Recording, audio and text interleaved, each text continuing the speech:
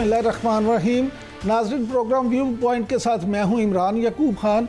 नाज़रीन, ये पूरा हफ्ता माजी के चंद हफ्तों की तरह सियासत में खासा गर्म रहा और जहां पीटीआई ने एहतजाज किया, वहीं आइनी तरमीम के हवाले से हुकूमत और इत्तेहादी जमातों में काफ़ी लेदे होती रही और मौलाना फजलुर रहमान ख़ास तौर पे इस हवाले से कभी नरम और कभी गर्म नज़र आए। यही नहीं, इसके अलावा SCO कॉन्फ्रेंस को लेके काफ़ी जो हैं चीज़ें वो पाई जाती हैं। हुकूमत और उसके इत्तेहादियों का ये मौक़िफ़ है कि SCO कॉन्फ्रेंस जो है, इस मौके पे कोई एहतजाज नहीं होना चाहिए। लेकिन आज एकदम से फिर PTI ने इस्लामाबाद में 15 अक्टूबर को न सिर्फ एहतजाज की कॉल दे दी, बल्कि डी चौक में धरने का भी ऐलान कर दिया है। नाज़रीन, ये और इसके अलावा ख़ास तौर पे पाकिस्तान क्रिकेट टीम को जो इंतहाई दचका लगा और मुल्तान में जिस तरह से उनको इंग्लैंड के हाथों शिकस्त हुई, इस पे भी बात करेंगे।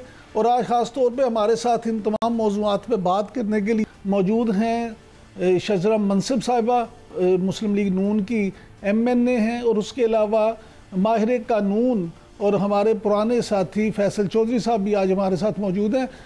शजरा साहबा और चौधरी साहब, वेलकम टू द शो।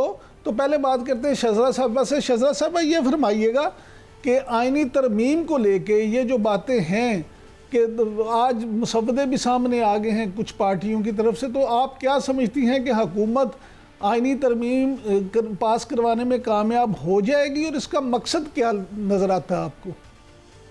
जी, बहुत शुक्रिया। देखिए, जिस तरीके से हम ये इस हुकूमत और हुकूमत की इत्तेहादी जमातें आपने देखा ज़्यादा से ज़्यादा ब्रॉड कंसेंसस करने की कोशिश कर रहे हैं। तमाम जो डिफरेंट बार्स में, सिविल सोसाइटी में, हर जगह पे हमने राब्ते भी किए और पार्टीज़ ने आपस में राब्ते किए, क्योंकि आइनी तरमीम एक बहुत अहम एक चीज़ होती है और उसको आप जानते हैं कि 2/3 अक्सरियत के बगैर किया नहीं जा सकता। उसकी यही वजह है कि ये इतना एक बड़ा चेंज अगर लाना हो तो उसमें 2/3 अक्सरियत और ब्रॉड कंसेंसस ज़रूरी होता है। अब जुडिशल रिफॉर्म्स जो हैं, ये एक ऐसी चीज़ है जिसके लिए तमाम लोग तकरीबन बहुत देर से इस चीज़ पे मुत्तफिक हैं कि जुडिशल रिफॉर्म्स होने चाहिए। और कुछ ऐसी चीज़ें हैं जो कि चार्टर ऑफ डेमोक्रेसी, जो कि 2006 में मियां नवाज शरीफ साहब और मोहतरमा बेनज़ीर भुट्टो साहबा के दरमियान हुआ, और उसके बाद बाकी तमाम जमातों ने भी उस पर साइन किया। कुछ ऐसी चीज़ें भी हैं इस तरमीम में अब शामिल करने की कोशिश हम कर रहे हैं जो उस चार्टर ऑफ डेमोक्रेसी में मौजूद। तो जो जुडिशल रिफॉर्म्स, उसमें सिर्फ ये रिफॉर्म्स के कॉन्स्टिट्यूशनल कोर्ट बन जाए, या अगर कोई ऐसी जगह बन जाए जिससे अवाम को रिलीफ मिले, जिसमें कि अवाम जो दिन रात उलझे रहते हैं इन मामलात में, जजेस के अब एक सियासी मुकदमा उनके पास आ रहा है, कभी दूसरा सियासी मुकदमा आ रहा है। ना सिर्फ ये, बल्कि जुडिशल ओवर रीच भी हमने देखी। हमने पिछले चंद सालों में ये भी देखा कि एक पार्टी को सहूलतकारी दी जा रही थी। हमने ये भी देखा कि आइन को रीराइट भी किया गया 63A के तहत। तो ये सारी चीज़ों को मद्देनजर रखते हुए मैं समझती हूँ कि जुडिशल रिफॉर्म्स बहुत ज़रूरी हैं और इसके ऊपर बहुत बातचीत अब हो रही है। मौलाना साहब से भी बात हुई, बाकी तमाम जमातों से भी। तो इंशाल्लाह ताला एक ऐसा इन दी एंड एक कंसेंसस मैं समझती हूँ ज़रूर डेवलप हो जाएगा, जिसपे कि जो अहम चीज़ें हैं, जो ज़रूरी चीज़ें हैं, जो ऐसी हम समझते लकूना या कोई ऐसी चीज़ें रह गई है, तो वो उनके ऊपर रिफॉर्म्स ज़रूर आने चाहिए। लेकिन शजरा साहबा, मौलाना फजलुर रहमान तो ये कह रहे हैं कि जी इतनी जल्दी क्या है, आप इस्लाहात ज़रूर लाएं लेकिन कानून में मज़ीद बिगाड़ ना पैदा करें। और वो तो कहते हैं कि हुकूमत को बड़ी जल्दी है। देखिए, जिस वक्त अगर 2/3 अक्सरियत हो जाती है तो फिर इसमें जल्दी या देर की तो मेरा हाल है कोई सवाल नहीं रह जाता। अगर 2/3 अक्सरियत नहीं होगी तो फिर जाहिर है फिर तो वैसे ही तरामीम हो नहीं सकती। और 2/3 अक्सरियत तभी होगी जब हुकूमती जमातें, उनके इत्तेहादी जमातें और दूसरी जमातें जो कि हो सकते हैं इस वक्त ऑपोजिशन में हो या कुछ आज़ाद लोग हो, तो सारे मिलके एक चीज़ का फैसला करेंगे। तो एक कलेक्टिव विजडम के तहत अगर सब समझेंगे कि अब ये 2/3 मेजॉरिटी हो गई है तो वो हो जाएगा। ये जो वक्त की बात है, मैं समझती हूँ कि कुछ ऑपोजिशन जमातें, खासतौर पे PTI ने अपनी किसी पसंदीदा वो लोग या वो जजेस जो पिछले दिनों में उनको लगता रहा कि उन बेंचेस में बैठते रहे, जो उनको सहूलतकारी देते रहे, अनफॉर्चुनेट बात है कि हमें ये कहनी पड़े विद ऑल ड्यू रिस्पेक्ट, लेकिन ऐसा होता रहा। बहुत उनको गुड टू सी यू भी कहते रहे, उनको ये भी कहते रहे कि जो अदालत ने हुक्म दिया, क्योंकि वो सफर में थे, उनको शायद पता ही नहीं चला, इसलिए उनकी खिलाफ वर्जी कर दी। और उनके लिए सारा दिन जब अदालतें बैठ के इंतजार करती रहती थी कि वो पता नहीं कब आएंगे, तो तब अदालत के दरवाजे उनके लिए सारा दिन खुले रहते थे। तो ये सारी सहूलतकारी हमने देखी। तो आज अगर हम समझे कि आईनी तरामीम ब्रॉड कंसेंसस के साथ हो जाएंगी, तो कोई वक्त या ना वक्त, ये सिर्फ प्रोपेगेंडा है जो पीटीआई की तरफ से किया जा रहा है। ठीक, फैसल शजरा साहब, बात करूंगी कि पर्सन स्पेसिफिक इसमें कोई एजेंडा नहीं है हुकूमत। चौधरी साहब, आपने बात सुनी डॉक्टर साहबा की, वो तो कहती हैं पर्सनल कोई एजेंडा ही नहीं है, और वकला भी इस पे ऑन बोर्ड हैं, और तमाम कलेक्टिव कंसेंसस के साथ ये सारा विजडम के साथ सारा मामला किया जाएगा। तो सहूलतकारी ख़त्म करने के लिए एक जमात की ये काम किया जा रहा है। तो आप क्या समझते हैं, वाकई आपकी वकला बरादरी जो है वो इस काम पे खुश है? नहीं, अपना इस पे इमरान साहब, वकला ने तो इसको आउटराइटली रिजेक्ट कर दिया है। एक दो जो बार काउंसिल जो हैं उसमें, जो पाकिस्तान बार काउंसिल है वो तो पीपल्स पार्टी पार्लियामेंटेरियन ग्रुप बन के घूम रही है। इसी तरह से जो वकला का और जो बार काउंसिल्स हैं उनका जो व्यू है वो 180 डिग्री फ़र्क है। आपने देखा कि इस वक्त सिंध में हाई कोर्ट बार ने, बलूचिस्तान बार काउंसिल ने, इस्लामाबाद बार काउंसिल ने, रावलपिंडी हाई कोर्ट ने, इस्लामाबाद हाई कोर्ट ने, पेशावर में और अक्रॉस द पाकिस्तान वकला ने इन अमेंडमेंट्स को, इस आइनी पैकेज को मुस्तरद किया है। और इस जो आज तजवीज़ आई हैं, मुसवदा तो आज भी नहीं आया, जो तजवीज़ दी गई हैं उसमें फेडरल कॉन्स्टिट्यूशन कोर्ट नामी एक मतवाज़ी अदालती निज़ाम जो है उसको कायम करने की कोशिश की गई है, जिसको हमने मुस्तरद किया है। वकला जो हैं इसकी भरपूर मज़ामत भी करेंगे, और ये पर्सन स्पेसिफिक ही एजेंडा है। यानी आप एक तरफ जो हैं कुछ जजेस को जो सहूलतकारी का इल्ज़ाम लगाया है अभी मेरी बहन ने, तो वो भूल गई हैं ना कि एयरपोर्ट पे अंगूठों के निशान कौन लेके गया था। वो भूल गई हैं कि इतवार वाले दिन, हफ्ते वाले दिन जो है अदालतें किसके लिए खुलती रही हैं। 50 रुपये के स्टाम्प पे बाहर जाने के लिए किसने सहूलतकारी की। तो ये जितने बड़े सहूलतकार इनके मौजूदा चीफ जस्टिस सुप्रीम कोर्ट इस हुकूमत के लिए इस जाली निज़ाम के रहे हैं, वो कौन, उसके अलावा कौन हो सकता है। वो 63A का मुकदमा हो या जो है 13 जनवरी का फ़ैसला हो, इनकी सहूलतकारी जितनी मौजूदा चीफ जस्टिस और उनके हवारियों ने की है, इलेक्शन कमीशन ने की है, किसी ने भी किया, उससे ज़्यादा तो हो नहीं सकती। ये 18 सीटों की हुकूमत जो है, जिसको अक्सरियत दिला के जालसाजी से मुसल्लत किया गया है, इनके पास तो मैंडेट नहीं है। मौलाना फजल रहमान साहब भी कह चुके हैं, और ये अक्रॉस पाकिस्तान जो है अवाम इनकी मैंडेट को तस्लीम नहीं करती है। ये एक हाउस ऑफ कार्ड्स है जो चंद बैसाखियों पे खड़ा है, और उस बैसाखियों में से एक भी बैसाखी हटी तो ये बिल्कुल क्लैप्स हो जाएगा, और इसको क्लैप्स होने में ज़्यादा टाइम भी नहीं लगेगा। अच्छा फैसल चौधरी साहब, ये फरमाइएगा कि अगर आपके इल्ज़ामात को सच मान लिया जाए और शजरा साहबा ने जो फरमाया उसको भी हम बिल्कुल दुरुस्त मान लें, तो इसका मतलब तो ये हुआ कि एक दौर में एक जमात की सहूलतकारी हुई, दूसरे दौर में दूसरी जमात की सहूलतकारी हुई। तो अगर सहूलतकारी ही करनी है तो फिर मुझे ये बताएं, अवाम बेचारे कहाँ जाएं? फिर तो वाकई कोई ऐसी इस्लाहात तो होनी चाहिए कि जिसमें सहूलतकारी का मौका ही ना मिले। बात यह है जी कि ये जो आप बात कर रहे हैं ना जुडिशल रिफॉर्म्स की, ये भी उल्टा मामला किया गया ना, जैसे बिगाड़ पैदा करने के लिए एक बाकायदा कोशिश है। अगर आप जुडिशल रिफॉर्म्स से पहली मतलब, अगर तो ये मतलब है कि एक मतवाज़ी अदालती निज़ाम कायम करके आइन को कुछ हैंड पिक जजेस के ताबे कर दिया जाए, तो फिर तो ये हुकूमत बिल्कुल वो जुडिशल रिफॉर्म्स लाना चाहती है। लेकिन अगर जुडिशल रिफॉर्म्स हकीकी मानों में लानी है तो वो तो स्टार्ट होगी लोअर टीयर से, यानी डिस्ट्रिक्ट कोर्ट से। वहाँ पे जो सबसे ज़्यादा बैगेज है वो जो है उसका देखना है कि उसको कैसे हल करना चाहिए। क्या वहाँ पे वकला को कॉन्ट्रैक्ट पे लिया जा सकता है?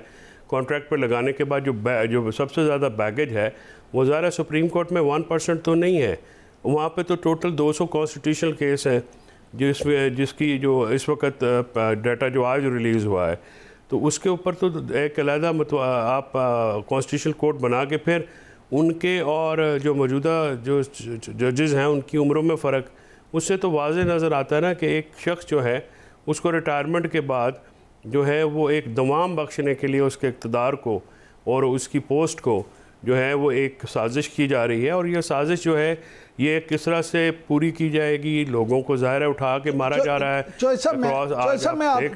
PTI के लोग जो हैं, मैं आता हूँ वापस आपके डॉक्टर साहब भाई, ये देखिए मतलब ये तो नंबर तो पूरा नहीं है ना इमरान साहब, इनके पास तो ये नंबर जो है मार धाड़ के पूरा करेंगे, बंदे उठा के करेंगे। तो ऐसी अगर तरमीम हो भी जाएंगी तो ये तरमीम काबिल कबूल नहीं होंगी अक्रॉस पाकिस्तान में, कोई भी इसको कबूल नहीं करेगा। फैसल चौधरी साहब तो कह रहे हैं कि तरमीम हो भी जाएंगी तो काबिल कबूल नहीं होंगी और आपके पास नंबर ही पूरे नहीं है।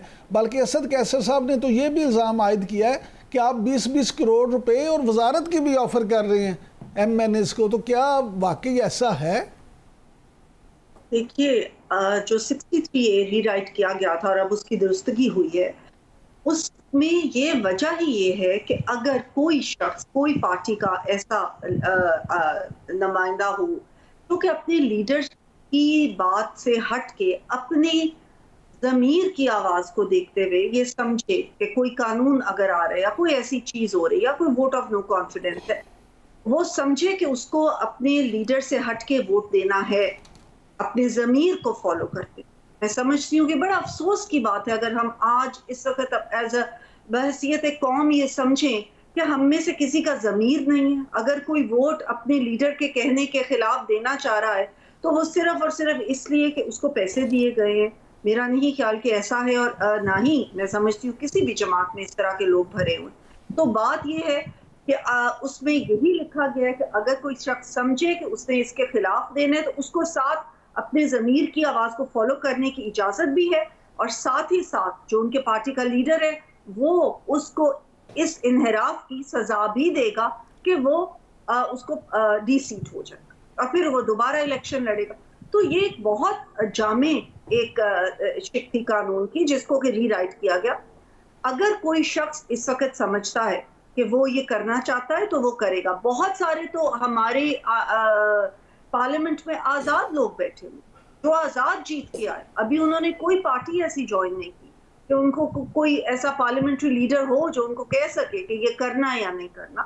तो मैं नहीं समझती ऐसी कोई बात है। दूसरी बात जो चौधरी साहब ने की कि ये मैंडेट नहीं रखती, देखिए पाकिस्तान की तारीख का सबसे जो बुरा इलेक्शन था ना वो 2018 का इलेक्शन, इसमें कि RTS बिठाया गया रातों रात, बिल्कुल 2024, और उसके बाद सुबह तक उनको सारे जो रिजल्ट थे बदल दिए गए। और मैं खुद ननकाना साहब से इलेक्शन लड़ी और मैं अपनी सीट पे आईनी गवाह हूँ कि किस तरह हमारे लोगों को बाहर धक्के दे के निकाला गया और किस तरह ठप्पे लगा के नून लीग के वोटों को जाया किया गया। लेकिन उसके बावजूद तमाम जमातों ने ये फैसला किया कि वो पार्लियामेंट में आएंगे, पार्लियामेंट में बैठेंगे और पार्लियामेंट में एक ऑपोजिशन का किरदार अदा करेंगे ताकि सियासी कुव्वतें एक दूसरे के साथ बातचीत करें और जमहूरियत को मजबूत किया जा सके।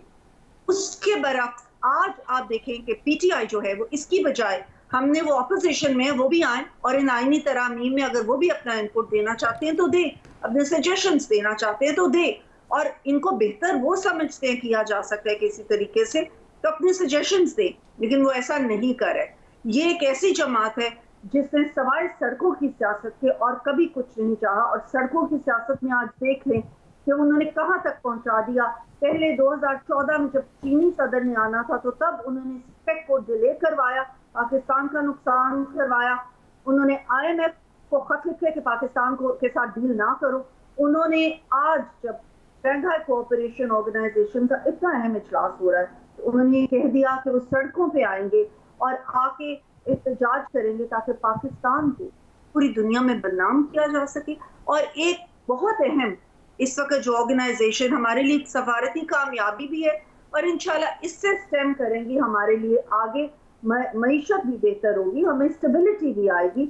हमारी हम जो आइसोलेटेड जमाने में हो गए थे, ये हमारी बहुत बड़ी अचीवमेंट है इस खित्ते में, लेकिन उस जमात के प्रोपेगेंडा को फॉलो करते हुए ये कह रहे हैं कि नहीं, वो उस जमात ने क्योंकि प्रोपेगेंडा कर दिया है कि ये पता नहीं आईनी तरमीम किसके लिए हो रही है, तो सब ने उसको समझा कि डॉक्टर साहब आपका पॉइंट आ गया। चौधरी साहब ये फरमाइएगा कि आप क्यों प्रोपेगेंडे की जद में आके ऐसी बातें करते हैं, क्यों आप उन्हें नहीं समझाते पीटीआई वालों को कि वो सिर्फ सड़कों की सियासत ना करें बल्कि अपनी अमली तजावीज़ दें, हुकूमत के साथ आएँ और जो वो समझते हैं कि ये चीज़ें होनी चाहिए उनको वो भी शामिल करवा लें। तो इमरान साहब पहले हुकूमत अपना कोई मसवदा भी तो दे, तजावीज़ भी तो दे। हुकूमत की तजावीज़ कहाँ है? हुकूमत की तजावीज़ तो आज भी नहीं आई। उन्होंने तो अभी तक जो है हुकूमत से अपनी जो आवाम के साथ अपना मामला शेयर ही नहीं किया। तजावीज़ तो जब आएंगी जब हुकूमत मसवदा देगी। और टेक्निकली स्पीकिंग क्योंकि हुकूमत जो है वो इन तरमीम में इंटरेस्टेड है तो उनको ही मसवदा देना है ताकि बाकियों के जो बाकी है लोग हैं उस पर बहस कर सकें। अवाम नास के वसी तर मफाद में ये चीज़ें अभी तो सामने तो नहीं लाई गई हैं। हुकूमत जो है उसको जिस तरह पिछले एक वारदात डालने की कोशिश की रात के अंधेरे में और जो कि नाकाम हुई, इसी तरह से ये दोबारा कोशिश की जा रही है एक वारदात करने की और नकबजनी करने की पाकिस्तान के अदालती निज़ाम में। क्या पाकिस्तान की अदालतें जो हैं वो कॉन्स्टिट्यूशनल कोर्ट्स नहीं है? क्या ये इनका PDM का 2022 का इक़्तिदार इन्हीं अदालतों के मरहून मिन्नत नहीं था?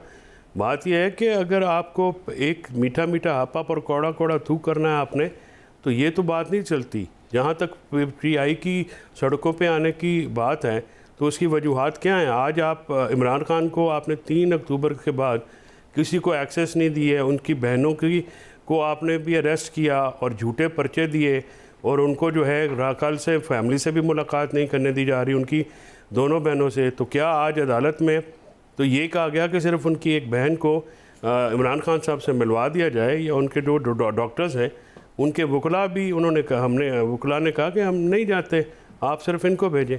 तो क्या वजह है कि अदालत भी जो है वो बेबस है? तो जब अदालत में भी आप मामला ना करें, हुकूमत जो है वो हर बार दहशतगर्दी के पर्चे वकला इंतज़ार पंजौथा जो है दिन दहाड़े इस्लामाबाद में इनकी हुकूमत में इस वक्त तो रोज़ाना आए रोज़ का मामूल है कि बंदे उठाए लिए जाते हैं और फिर उनके वेयर अबाउट्स का नहीं पता लगता। तो अभी एक वकील जो हैं प्रैक्टिसिंग एडवोकेट जो हैं वो गायब हो गए और उनका कोई अता पता नहीं है। तो ये किसकी नाकामी है? तो अगर आप ना आपकी इंतज़ामी सतह के ऊपर कोई डिलीवरी है, ना हुकूमत की सतह पे कोई डिलीवरी है, ना अदालतें आपको इंसाफ दें, तो फिर लोगों ने कहीं पे तो जाना है। तो एहतजाज के अलावा फिर और कहाँ रास्ता है? एहतजाज जब आप जलसे करने की इजाज़त देते हैं तो उस पर कंटेनर लगा देते हैं, उसमें बंदों को पकड़ के आप अंदर देते हैं। 1,500 बंदा इन्होंने पिछले जुमे को पकड़ा है लाहौर से, तकरीबन 1200-1500 बंदा पिंडी में जो है वो ज़रिया हिरासत है। तो इनको क्या पैनिक है? क्या इनकी टांगे क्यों कांपती हैं अवामी एहतजाज से? लेकिन फैसल ये अगर अवाम को आए पीसफुल एहतजाज करने दें, उनको आप जगह मुख्तस कर दें। चौधरी साहब आप वो कहते हैं कि आप एहतजाज ज़रूर करें लेकिन SCO कॉन्फ्रेंस जो है उसके बाद कर दें। आप भी क्यों बस दें कि नहीं हम 15 को ही करेंगे जब पूरे तो SCO कॉन्फ्रेंस में क्या इतनी क़यामत है? SCO कॉन्फ्रेंस में एहतजाज अगर होगा तो इसमें क्या प्रॉब्लम है? क्या दुनिया में UNO में के बाहर एहतजाज नहीं होते? पीसफुल एजिटेशन जो है वो सारी जगह पे होता है। इसमें इनका क्या, ये दुनिया को ये बताना चाहते हैं कि ये बहुत जो है अमन अमान है पाकिस्तान में और पाकिस्तान में हर चीज़ जो है वो दूध और शहद की नहरें बह रही हैं? ज़ाहिर है नहीं बह रही। यहाँ पे वो मामलात नहीं है, लोग इनके साथ नहीं हैं। पॉलिटिकल लेजिटिमेसी का क्राइसिस है इमरान साहब। जब आप एक जालसाजी के ज़रिए हुकूमत में आए हों और लोगों की विल और विश से ना आए हों तो फिर आप ये करते हैं। SCO कॉन्फ्रेंस जो है पहली दफ़ा क्या पाकिस्तान में लोग आए हैं। इस 5 छुट्टियाँ आपने कर दी हैं जुड़वा शहरों में, तो 5 दिन आप कारोबार बंद रख रहे हैं। जो सड़कें हैं वो अक्रॉस द उसके बंद कर देंगे तो 5 दिन तो कारोबार नहीं होगा। तो इकॉनमी आप क्या करेंगे? क्या आपने फैसल जिन लोगों की फैसल जिन साहब, ममालिक की इकॉनमी बूस्ट कर रही है फैसल साहब उसमें इस तरह से छुट्टियां होती हैं पिछले 1 महीने से जिस तरह से इन्होंने किया है? फैसल साहब अभी एक ब्रेक का वक्त नाज़रीन, अभी एक छोटा सा ब्रेक लेते हैं, वापस आते हैं तो डॉक्टर शहजरा मनसब से पूछेंगे कि चोई साहब ने जो बातें की हैं, क्या हुकूमत वाकई इकॉनमी को बेहतर करना चाहती है या 5-5 छुट्टियां करके इकॉनमी को बिठाया जा रहा है?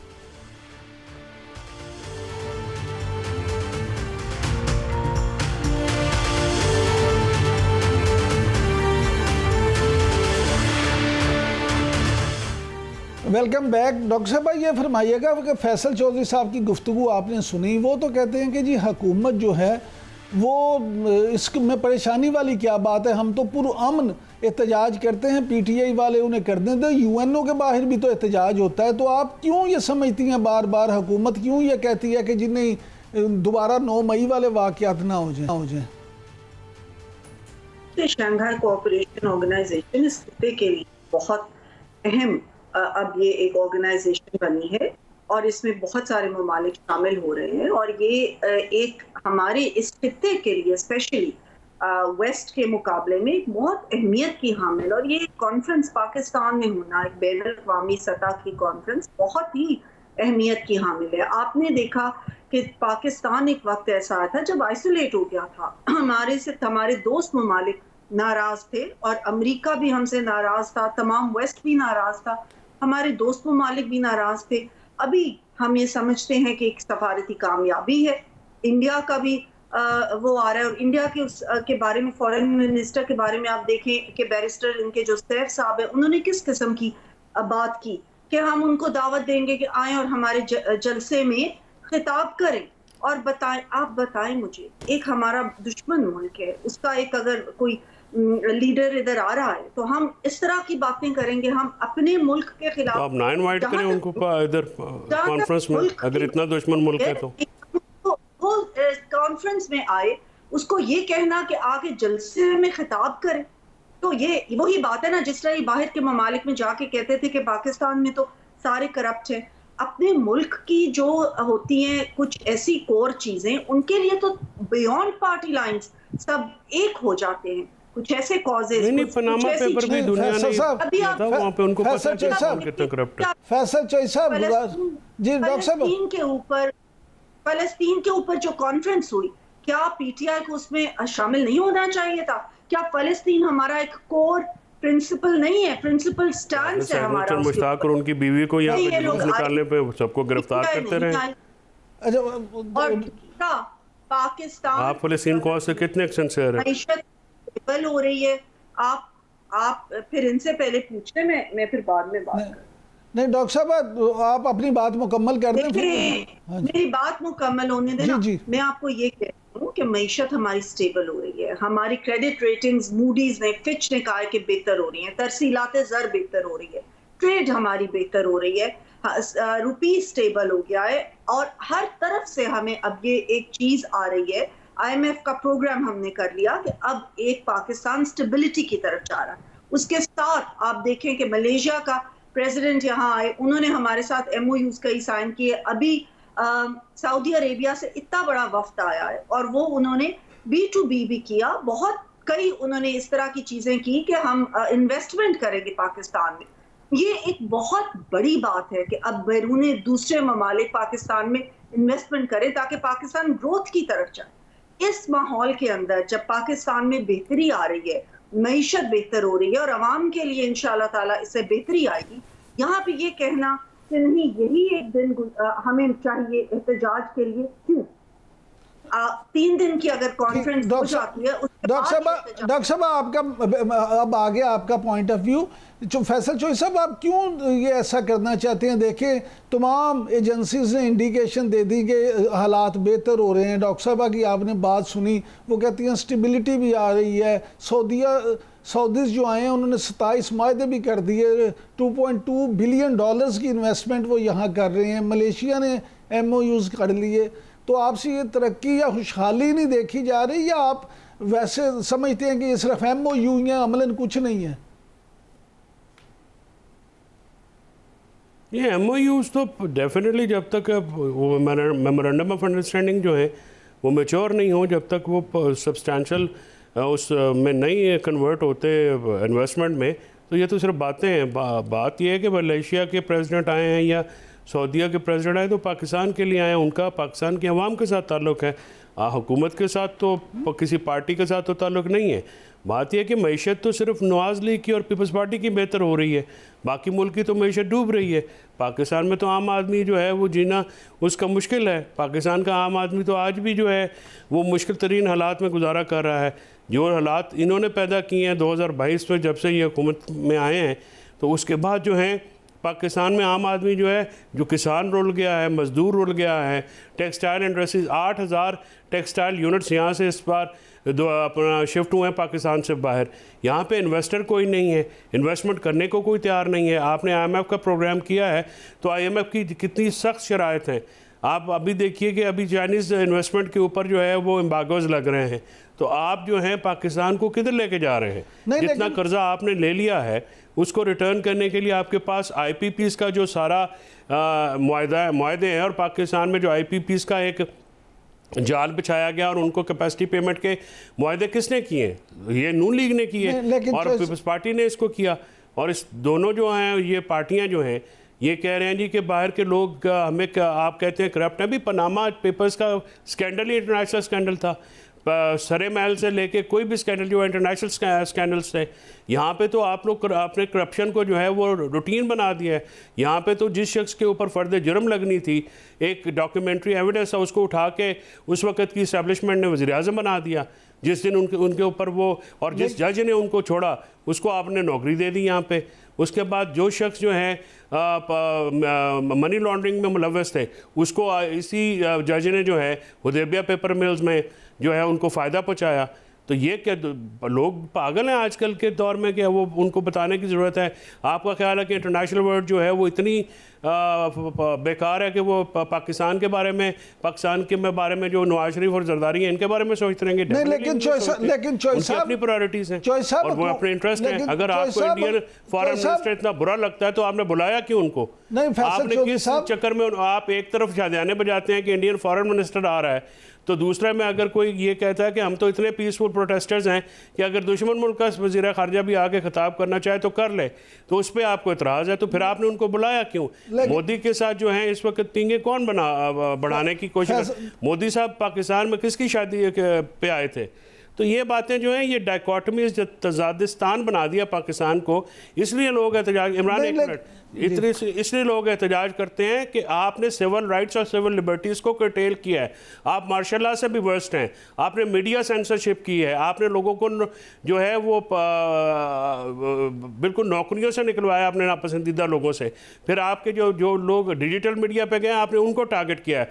आपने मीडिया को टारगेट करके पंजाब में भयानक किस्म के डेफेमेशन लॉज जो हैं वो इंट्रोड्यूस कराए हैं। आपने मीडिया सेंसरशिप की भी अखीर की है। इतने तो मार्शल लॉ दौर में पाबंदियां नहीं लगी हैं। आप अंदाज़ा लगाएं कि इमरान याकूब यहाँ पे बैठ के इमरान खान का नाम नहीं ले सकता।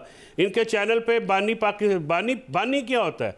आप इमरान खान का नाम नहीं ले सकते। ये तो हालात हैं आपके। आप उसके नाम से डरते हैं, आप उसकी तस्वीर से डरते हैं, आप उसकी एक झलक से डरते हैं। तो आप तो इतने डरते हैं कि आप उसको ओपन कोर्ट में प्रेजेंट नहीं कर सकते।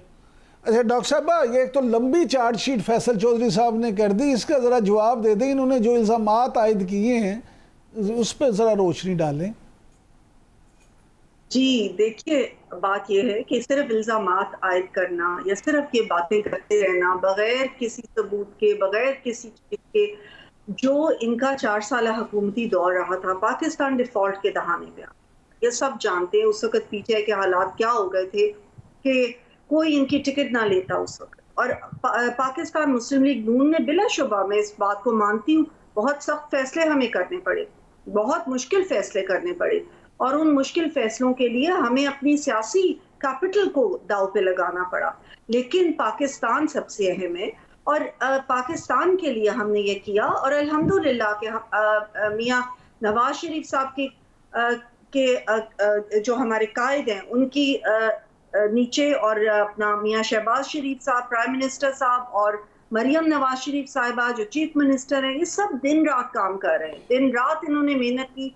बहुत सारे आप देखें पंजाब में ऐसे इनिशिएटिव्स आए हैं तमाम अवाम के लिए है वो इनिशिएटिव। सेहत कार्ड हो, चाहे हिम्मत कार्ड हो, उसके बाद एयर एम्बुलेंस है, उसके बाद जो है गरीब आवाम के लिए बहुत सारी सहूलियात हैं। थैंक यू डॉक्टर साहब। थैंक यू डॉक्टर साहब। फैसल चोई साहब, आप दोनों का बहुत शुक्रिया। डॉक्टर साहब कह रही हैं कि बहुत काम किए और पीटीआई सिर्फ इल्ज़ामात जो हैं वो आयद करती है, अमलन उन्होंने कुछ नहीं किया। नाज़रीन, अब हम एक छोटा सा ब्रेक लेते हैं और ब्रेक के बाद जब वापस आएंगे तो ख़ास तौर पे बात करेंगे पाकिस्तान क्रिकेट टीम की परफॉर्मेंस के हवाले से कि मुल्तान टेस्ट में क्या हुआ कि एक इनिंग्स से पाकिस्तान को शिकस्त हो गई।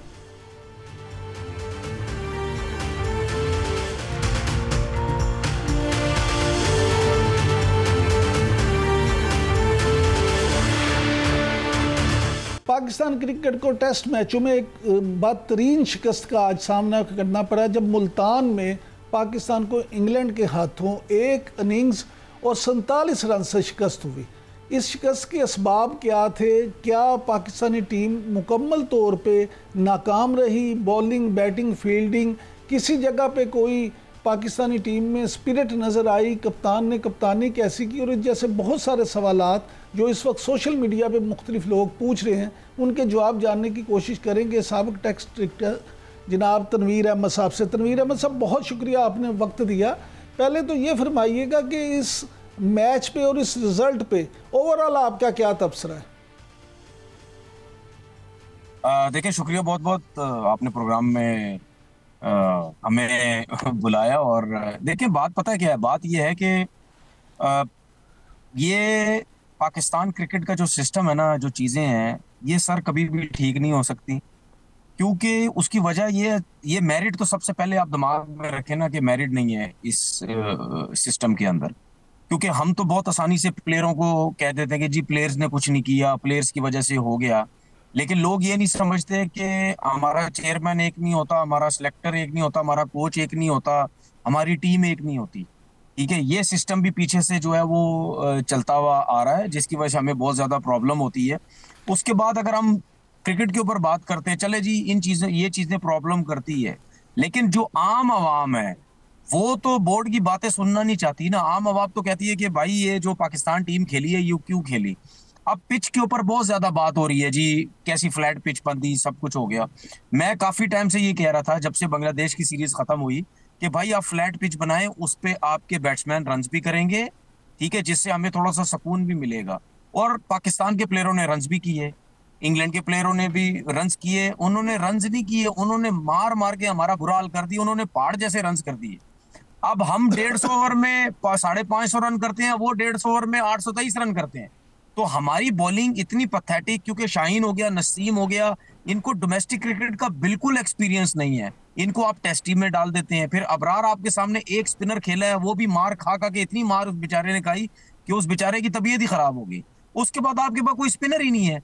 जब लंगड़ी लूली टीम के साथ आप खेलेंगे तो फिर इंग्लैंड तो मारना ही है। ये तो शुक्र करें उन्होंने ड्रॉ डिक्लेयर करना था, नहीं तो उन्होंने 1200 रन करके हाथ में देना था और हिस्ट्री का, दुनिया का रिकॉर्ड इतना बड़ा बना देते वो कि आपने उसको कभी ना कोई टीम उसको तोड़ सकती, ना कोई कुछ हो सकता। क्या इंग्लैंड की टीम ने, इंग्लैंड के बॉलर्स ने, जिनकी होम कंडीशंस नहीं है पाकिस्तान में, क्या उन्होंने इस विकेट पे बॉलिंग करके नहीं दी? क्योंकि उनको एक्सपीरियंस था। उसके बाद वो डगआउट में जेम्स एंडरसन बैठा हुआ है, जिसके 700-800 आउट है टेस्ट क्रिकेट के अंदर। उसने उनको बताया कि भाई मेरे इस लाइन, इस लेंथ पे आपने बॉल करनी है, जिसकी वजह से बॉल ऊपर नीचे रहेगा, यहीं से नीचे भी हो सकता है, ऊपर भी आ सकता है, कट होके अंदर भी आ सकता है, बाहर भी हो सकता है, लेकिन आपने इस जगह को पकड़ के रखना है। उन्होंने सब फास्ट बॉलर ने उस जगह को सेंटर पे थोड़ा सा बीच में बॉल करते रहे। वो हमारे बॉलर क्या करते रहे, क्योंकि उनको एक्सपीरियंस ही नहीं है।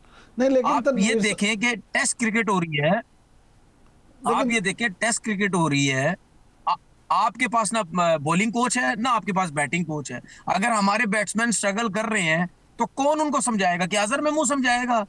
ना वो इधर का है ना वो उधर का है, ना वो बैटिंग में इतना अच्छा था ना वो बॉलिंग में इतना अच्छा था। जैसन गिलेस्पी आपका बॉलिंग कोच है, तो बैट्समैन बैटिंग कोच तो आपके पास है ही नहीं, ना बॉलिंग कोच है, तो बर्बादी तो होनी है। और ये चेयरमैन क्रिकेट बोर्ड जो आए हैं ये कहते हैं जी, तनवीर साहब, जो चेयरमैन क्रिकेट बोर्ड है मोहसिन नकवी साहब, वो तो कहते हैं कि बड़ी सर्जरी होगी, सर्जरी की ज़रूरत है, तो वो सर्जरी कब होगी और कैसे होगी? आप ही को मशवरा दे दें। देखिए, मैं उनको मशवरा दे रहा हूँ ना, इस प्रोग्राम के थ्रू इनको मैं मशवरा दे रहा हूँ। अगर हो सके तो प्लीज ये क्लिप जरा उनको पहुंचा देना। वो कहते हैं जी सर्जरी होगी। भाई ये कौन सी सर्जरी है? आपकी सिलेक्शन कमेटी आज अनाउंस होती है, उसके अंदर अलीम डार है सिलेक्टर। वो अंपायर रह चुका है बंदा, सारी जिंदगी उस बंदे ने अंपायरिंग की है। एक अंपायर को भी आप सिलेक्टर बना सकते हैं? मतलब वो पंजाबी विच कहते हैं ना कि अन्ना मगज खराब हो गया है, अन्ना मगज फिर गया है, कि मतलब अकल ही किसी दे काम नहीं आ रही है कि तुसी एक अंपायर नु सिलेक्टर बना देता है। तो बात ये है सर, ये उनको बताए ना जाके मोहसिन नकवी साहब को कि भाई आपका सिलेक्टर एक अंपायर बन गया है। भाई कहते हैं जी उसने फर्स्ट क्लास क्रिकेट, भाई फर्स्ट क्लास क्रिकेट खेली हो, कुछ भी खेली हो, वो जिस फील्ड में था उसने पाकिस्तान को रिप्रेजेंट उस बंदे ने किया, नाम बनाया, अंपायरिंग अच्छी की, सब कुछ किया। लेकिन सिलेक्टर, अच्छा उसके बाद आप देखें वो हसन चीमा एक सिलेक्टर है, वो भाई वो कौन है? वो किसकी पर्ची पे आया हुआ भाई? क्या डेटा देता है? कौन सा डेटा देता है? डेटा मेटा की क्रिकेट खत्म हो गई है सर। अगर डेटा से प्लेयर बनने लग जाते ना तो भाई मतलब आज वेवरेटेड नहीं होता, आज सचिन तेंदुलकर नहीं होता, ठीक है, आज ब्रायन लारा नहीं होता, आज वसीम अकरम नहीं होता अगर डेटा से क्रिकेट बनने लग जाती। उसके बाद आकिब जावेद आ गए। अब आकिब जावेद साहब कोई 15-20 साल से कोचिंग कर रहे हैं। अभी रिसेंटली वो श्रीलंका की टीम के कोच थे, ठीक है, बॉलिंग कोच, ठीक है। अब उनकी वहां से छुट्टी हुई, वहां खत्म हुआ, अब आ गए ये जी सिलेक्टर बन गए। ओ भाई मेरे कौन से लोग हो यार आप लोग? अपनी फील्ड में रहो। अब सिलेक्टर बन गए, सब ने सिर्फ टीवी पे आना है, किसी तरीके से टीवी पे आते रहे, किसी तरीके से बोर्ड में आते रहे, किसी तरीके से पैसा बनता रहे हमारा। तो तनवीर साहब कौन हो सिलेक्टर? आप बता सर, आप ये बताएं ना कि फिर कौन लोग हों जिनको सिलेक्टर बनाया जाए, कोई नाम आप सजेस्ट करें। सर बहुत सिंपल सी बात है, बहुत सिंपल, कोई इतने बड़ी रॉकेट साइंस है ही नहीं। बात यह है कि आपने अजहर अली को रखा, अजहर अली अभी सिलेक्टर, मैं बिल्कुल हक में हूं अजहर अली के, क्योंकि अजहर अली पाकिस्तान भी खेला हुआ, अजहर अली डोमेस्टिक भी काफी अरसा खेला, उसको आइडिया भी डोमेस्टिक क्रिकेट का, आप उसको चीफ सिलेक्टर बना दो, ठीक है। लेकिन उसके साथ 2 या 3 लड़के ऐसे रखें जो पाकिस्तान डोमेस्टिक क्रिकेट के अंदर काम कर चुके हैं, उनको बड़ी समझ है उन चीजों की कि यार ये वाकई जो है लड़के पाकिस्तान भी खेले, बहुत से लड़के हैं आपका डोमेस्टिक क्रिकेट के अंदर पाकिस्तान खेले हुए लड़के भरे हुए हैं, लेकिन इनको वो लोग चाहिए जो ज्यादा क्रिकेट खेले हुए हो। ये समझते हैं कि जो ज्यादा क्रिकेट खेला हो ना उसको बहुत कुछ पता होता है, ठीक है। ज्यादा क्रिकेट वालों ने तो बर्बाद की है। ये वकार यूनुस जैसा बंदा आ जाते हैं 6-6 दफा, मिसबा को ले आते हैं 6-6 दफा, सकलैन मुश्ताक आ जाता है, भाई इन लोगों का काम नहीं है। यही वो लोग है ना जो अभी वो फ्रॉडिया कप जो टूर्नामेंट कराया है इन्होंने, ये जो डोमेस्टिक में 50 ओवर का टूर्नामेंट कराया जिसका कोई फायदा नहीं था, यही वकार यूनुस वगैरह टीवी में बैठ के कह रहे हैं, मिसबा वगैरह जी प्लेयर निकल आएंगे, क्या खाक प्लेयर निकलेंगे? आगे आपकी इंग्लैंड से टेस्ट मैच की सीरीज होनी है और डोमेस्टिक करवा रहे हैं, और इन लोगों को 50-50 लाख रुपए दे रहा है ये क्रिकेट बोर्ड। अब आप सोचो, आप कहते हैं जी सर्जरी, भाई ये कौन सी सर्जरी है? तो तनवीर साहब, टीम के 5 मेंटोर 2.5 करोड़ रुपए दे रहे हैं उनको, किसी काम के 2.5 करोड़ रुपए नहीं है उनके। तो मजे वो तो आज लेंगे, कल कमेंट्री पे चले जाएंगे, कोई अमेरिका चला जाएगा, कोई किधर चला जाएगा। सर पैर ही नहीं है इस क्रिकेट बोर्ड का, पता नहीं कौन सा काम कर किया है, किधर समझ आती है, कहां पढ़े लिखे, मोहम्मद यूसुफ ने इस्तीफा क्यों दिया? देखिए मोहम्मद यूसुफ ने इस्तीफा इस वजह से दिया, जो पता चला कि जी वो टेस्ट मैच के ये जो 15 लड़के अनाउंस हुए थे, इसमें जो कुछ प्लेयर थे वो नहीं चाहते थे वो कि टीम के अंदर हो। चलो जी मैं मानता हूं कि मोहम्मद यूसुफ को ये चीज बुरी लगी होगी कि यार मेरी बात नहीं मानी, ठीक है, जो मीडिया के थ्रू या जो न्यूज़पेपर के थ्रू या कुछ लोगों के थ्रू मुझे भी पता चला।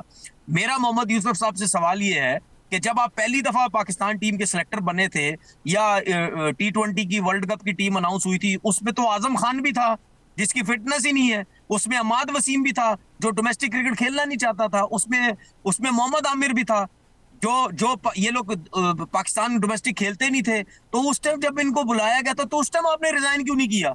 आपको फौरन उस टाइम रिजाइन करना चाहिए था, ठीक है ना। तो बात ये है कि जब हमारे प्लेयरों का दिल है उस टाइम रहते चाहे कुछ भी हो, जब इनको ये पता चलता है कि जय अब खत्म, अब हमने नहीं होना, तो सारे रिजाइन दे देते हैं। बाबर आजम, मैं आपको एक चीज बताऊं, ये 90s वाले या 90s के बाद वाले, इनको पाकिस्तान क्रिकेट से दूर रखो, आपकी क्रिकेट बिल्कुल ठीक हो जाएगी। अच्छा बाबर आजम को क्या हुआ, उनकी परफॉर्मेंस पे क्या रोशनी डालेंगे?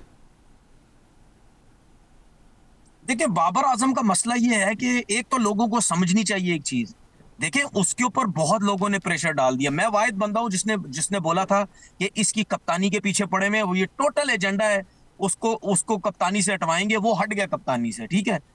कप्तानी के ऊपर सोशल मीडिया का प्रेशर, कप्तान ये नहीं है, बर्बाद कर दी, दोस्ती यारी फलाना ये वो, उसके चक्कर में लगे रहे।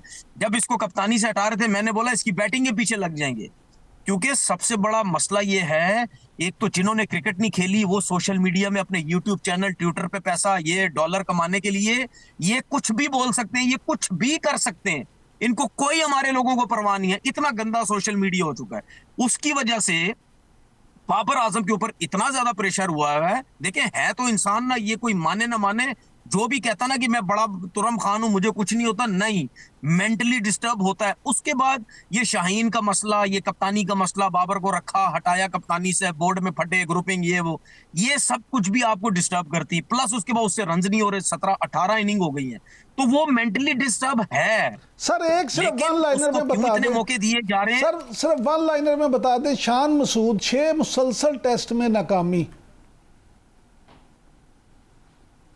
देखिए उसकी वजह, मैं तो कभी भी किसी कप्तान के अगेंस्ट नहीं जाऊंगा, मैं ना शान के जाऊंगा ना किसी के जाऊंगा। मुझे पता है, मैंने पहले बोल दिया था बाबर को हटाओ, किसी को भी बना दो, आपके पास लड़ने के लिए हथियार ही नहीं है, बहुत शुक्रिया, आपके पास प्लेयर ही नहीं है सर, बहुत शुक्रिया, ये सारे लड़के, बहुत शुक्रिया। तनवीर साहब का कहना है कि पाकिस्तान के पास खिलाड़ी ही अच्छे नहीं तो कप्तान जिसको भी बना दे परफॉर्मेंस यही रहेगी। बहुत शुक्रिया नाज़रीन, कल फिर आपसे मुलाकात होगी, कल तक के लिए खुदा हाफिज़।